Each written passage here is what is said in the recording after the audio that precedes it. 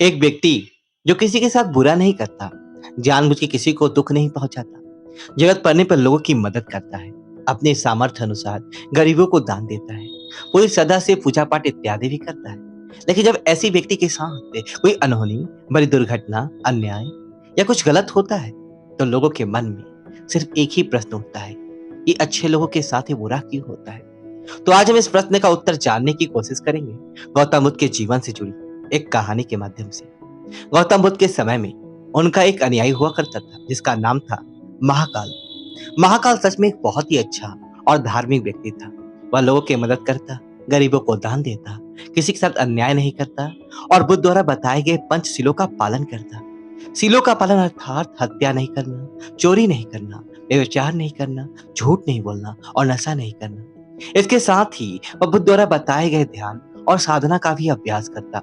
वह हर पूर्णिमा और अमावस्या को बौद्ध आश्रम में होने वाली पोषक हिस्सा लेता और पूरी रात बुद्ध के प्रवचन सुनता।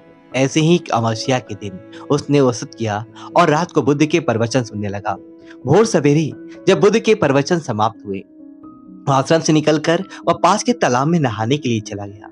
उसी रात उस गांव में कुछ चोर एक घर में चोरी करने के लिए घुसे हुए थे। जब वह चोरी करके भाग रहे थे तो गलती से एक चोर का पैर बर्तनों से टकरा गया और बर्तनों की आवाज से घर के लोग जाग गए। चारों ओर हल्ला मच गया कि गांव में चोर घुसे हैं। मोहल्ले भर के लोगों ने चोरों का पीछा करना शुरू कर दिया। कुछ देर तक तो चोर गहने जेवरात की पोटली लेकर भागते रहे, लेकिन जब उन्हें महसूस हो गया यह बचना संभव नहीं है, पकड़े जाएंगे, तो तालाब के पास से जाते हुए चोरों ने सारे गहने जेवरात महाकाल के कब्रों के पास फेंक दिए और वहां से भाग गए। जब लोग वहां पर पहुंचे तो उन्होंने देखा कि चोरी का सारा सामान तो इस व्यक्ति के कब्रों के पास पड़ा हुआ है। सभी लोगों ने महाकाल को ही चोर समझ लिया और तालाब से बाहर निकालकर उसे मारना शुरू कर दिया। वह कहता रहा कि मैं चोर नहीं हूँ, मैं तो रात भर प्रवचन सुनकर आया हूँ और यहाँ सिर्फ स्नान कर रहा था। मुझे नहीं पता ये चोरी का सामान यहाँ कैसे आ गया। लेकिन भीड़ ने उसकी एक ना सुनी और यह कहते हुए और मानने लगे कि अच्छा, चोरी करने के बाद अपना नाटक कर रहे हो, कि मैं अच्छा आदमी हूँ, प्रवचन सुनकर आ रहा हूँ। गुस्साई भेड़ ने उसे इतनी बेरहमी से पीटा कि उसकी मौत हो गई और उस मृत महाकाल के शरीर को वहीं छोड़कर लोग अपने अपने घर चले गए। सुबह जब आश्रम के कुछ शिष्य तालाब में पानी लेने के लिए आए तो उन्होंने महाकाल के मृत शरीर को तालाब के पास पड़ा देखा। पूछने पर पता चला कि चोरी के आरोप में लोगों ने महाकाल को पीट पीट कर मार दिया। शिष्यों ने बुद्ध के पास जाकर यह दुखद खबर सुनाई कि बेचारे रासम महाकाल को लोगों ने मार दिया है। उस गलती की सजा मिली जो उसने की भी नहीं थी। बुद्ध शिष्यों के द्वारा की गई अलग अलग बातों को बस ध्यानपूर्वक सुन रहे थे। तभी उनमें से एक शिष्य ने बुद्ध से पूछ लिया, बुद्ध, ये बात तो आप भी जानते हैं, ये महाकाल कितना अच्छा इंसान था, उसने कभी किसी के साथ कुछ गलत नहीं किया, फिर उसके साथ इतना गलत क्यों हुआ? बुद्ध ने कहा, महाकाल इस जन्म में तो अच्छा था, लेकिन आज जो भी उसके साथ हुआ यह उसी के कर्मों का फल है जो उसने पूर्व जन्म में किए थे। अपने पिछले जन्म में महाकाल वाराणसी के राजा एवं एक राज्य अधिकारी था। वाराणसी के पास एक बड़ा सा व्यवसायी गांव था।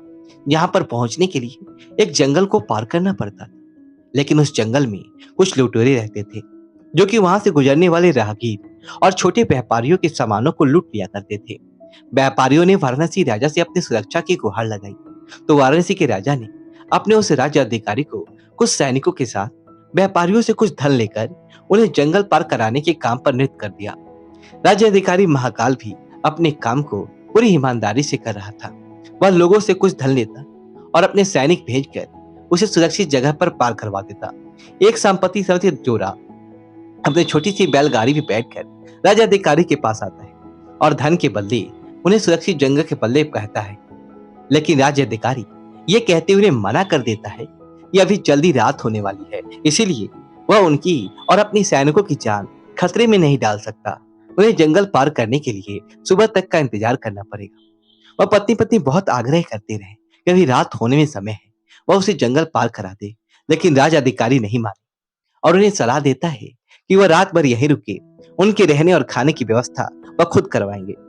पति पत्नी को मजबूरन उस राज अधिकारी की बात माननी पड़ती है।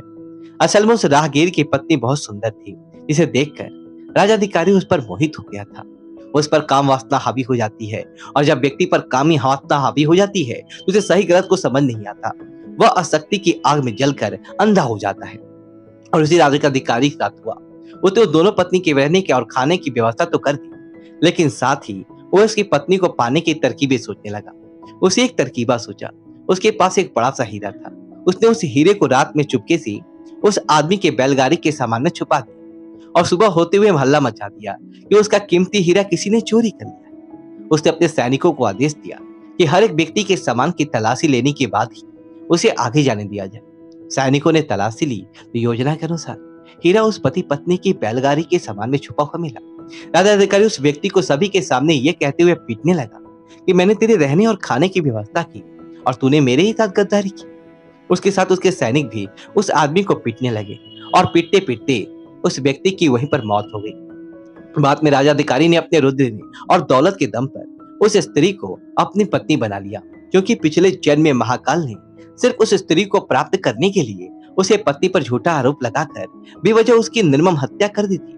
इसीलिए पिछले जन्म में ही उसकी मृत्यु के पश्चात उसे नर्क प्राप्त होता है और नर्क में बहुतों को भोगने के बाद उसे इंसानी जीवन मिलता है।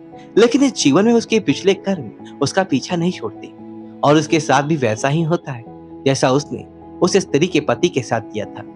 महाकाल को उस स्त्री की सजा मिलती है जो उसने की भी नहीं थी। उसने इस जन्म में तो अच्छे कर्म किए थे, लेकिन उसके पिछले जन्म के बुरे कर्मों की वजह से आज उसकी यह दुर्गति हुई है। बुद्ध ने आगे कहा, तो भिक्षुओं, अगर इस जन्म में किसी अच्छे व्यक्ति के साथ बुरा होता है तो ये उसके पुराने जन्मों के पापी होते हैं, जिनका फल उसे इस जन्म में भुगतना पड़ रहा है। इसलिए मैं तुमसे कहता हूं, अपने आज के कर्मों को सुधारो ताकि तुम्हारे आने वाले जन्म भी सुधर जाए। दोस्तों, वीडियो को लाइक करें और कमेंट बॉक्स में ओम नमः शिवाय लिखिए और हमारे चैनल को सब्सक्राइब करें। धन्यवाद दोस्तों।